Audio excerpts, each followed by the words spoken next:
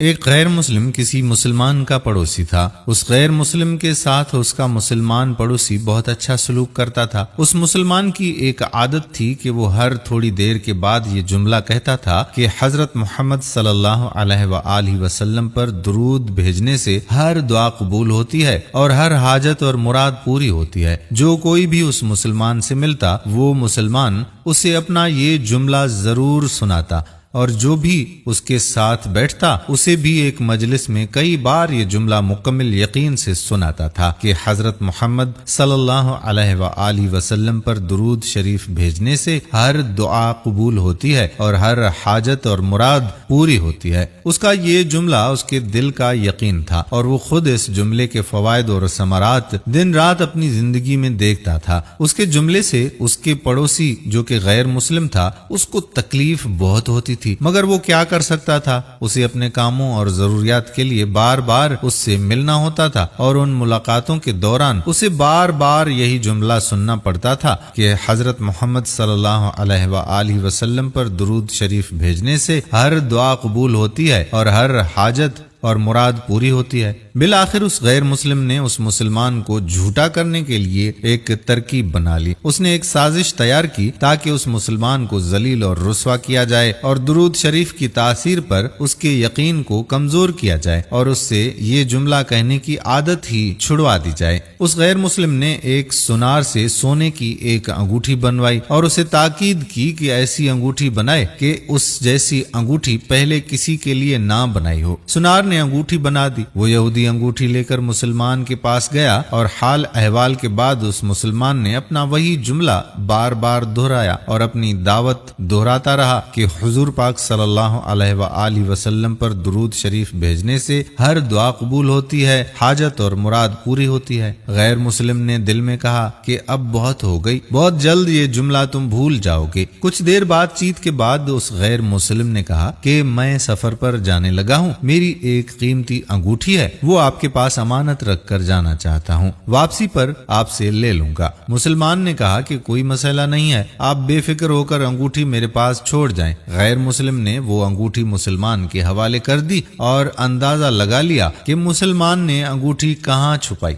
رات کو وہ چھپ کر اس مسلمان کے گھر کودا اور بالآخر انگوٹھی تلاش کر لی اور اپنے ساتھ لے گیا۔ اگلے دن وہ سمندر پر گیا اور ایک کشتی پر بیٹھ کر سمندر کی گہری جگہ پہنچا۔ وہاں اس نے وہ انگوٹھی پھینک دی اور پھر اپنے سفر پر چلا گیا۔ اس کا یہ خیال تھا کہ جب وہ واپس آئے گا تو اس مسلمان سے اپنی انگوٹھی مانگے گا، وہ نہیں دے سکے گا، تب میں اس پر چوری اور بددیانتی کا الزام لگا کر خوب چیخوں گا اور پھر جگہ جگہ اسے بدنام کر دوں گا۔ وہ مسلمان جب اپنی اتنی رسوائی دیکھے گا تو اسے خیال ہوگا کہ درود شریف سے کام نہیں بنا اور یوں وہ اپنا جملہ اور اپنی دعوت چھوڑ دے گا۔ مگر اس نادان کو کیا پتا تھا کہ درود شریف کتنی بڑی نعمت ہے۔ خیر، غیر مسلم اگلے دن واپس آ گیا اور سیدھا اس مسلمان کے گھر چلا گیا اور جاتے ہی اپنی انگوٹھی طلب کر لی۔ مسلمان نے کہا کہ آپ اطمینان سے بیٹھیں، آج درود شریف کی برکت سے میں صبح دعا کر کے شکار کے لیے نکلا تو مجھے ایک بڑی مچھلی ہاتھ لگی ہے، آپ سفر سے واپس آئے ہو، وہ مچھلی کھا کر جاؤ۔ پھر اس مسلمان نے اپنی بیوی کو مچھلی صاف کرنے اور اسے فوراً پکانے کا کہہ دیا۔ اچانک اس کی بیوی زور زور سے چیخی اور اسے بلایا۔ وہ بھاگ کر گیا تو بیوی نے بتایا کہ مچھلی کے پیٹ سے سونے کی انگوٹھی نکل آئی ہے اور یہ بالکل ویسی ہے جیسی ہم نے اپنے غیر مسلم پڑوسی کی انگوٹھی امانت میں رکھی تھی۔ وہ مسلمان جلدی سے اس جگہ گیا جہاں اس نے غیر مسلم کی انگوٹھی رکھی تھی۔ انگوٹھی وہاں پر موجود ہی نہیں تھی کیونکہ وہ تو غیر مسلم لے کر چلا گیا تھا۔